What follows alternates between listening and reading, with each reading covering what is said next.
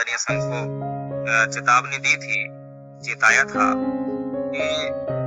आप इसको पढ़ना तो शुरू कर रहे हैं, लेकिन हम जो कार्य कर रहे हैं, हम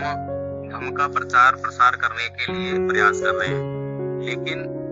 जो साहित्य हम पढ़ेंगे उसमें कई बातें ऐसी आएंगी, कई ऐसे उदाहरण आएंगे कि वहां पर आपका मन जो है द्वेषित होने लगेगा।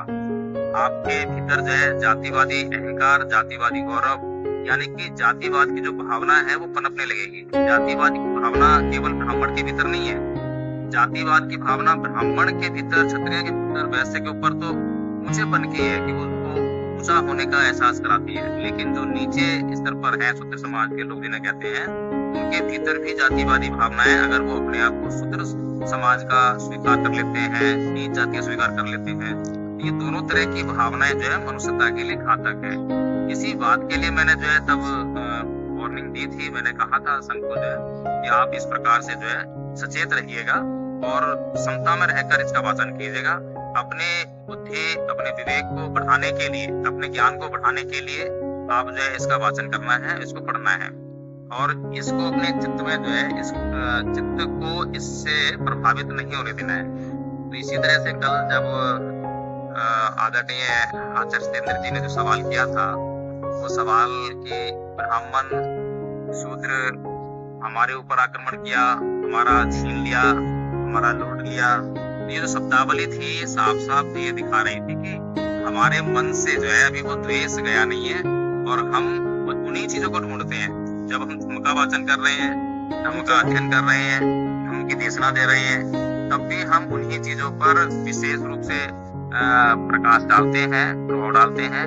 क्योंकि हम उस बात से प्रभावित हैं। तो इसीलिए ये जो हम अध्ययन करते हैं और अभ्यास करते हैं, इसका उद्देश्य ये है कि हम अपने आप को केवल मनुष्य माने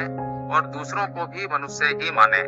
कोई व्यक्ति अपने आप को मनुष्य के इतर कुछ और बोलता है, कोई बोलता है कि मैं इस जाति का हूँ या उस धर्म का हूँ, तो आप उसको जो है सच्चाई से अवगत कराने का प्रयास करें, ना कि आप उसके साथ उसके रंग में घुल मिलकर उसके बनाए हुए जो कर्मकांड है, षड्यंत्र है, योजनाएं हैं, उसका हिस्सा बन जाए। क्योंकि आपको बार बार जो है लोग उकसाएंगे, आपको कहेंगे कि आप जो नीची जाति के हो या ऊंची जाति के हो, आपके ये सब आपका इतिहास है, मतलब किन्हीं भी बातों से आपको उकसाने का प्रयास कर सकते हैं। लेकिन आपको समता में रहकर बिल्कुल ये सोचना है कि ये बेचारा जो है, इसको अभी ज्ञान नहीं है, इसको नॉलेज नहीं है, सत्य का ज्ञान नहीं है, इसको सारा ज्ञान हो सकता है, इतिहास का इसको पूरा ज्ञान हो सकता है, वेदों का ज्ञान हो सकता है, सारा ज्ञान है इसको, लेकिन सत्य का ज्ञान नहीं है। क्योंकि सत्यता ये नहीं है जो बता रहा है। एक व्यक्ति की जाति कैसे हो सकती है, कोई ब्राह्मण क्षत्रिय कैसे हो सकता है, मनुष्य तो हो सकता है,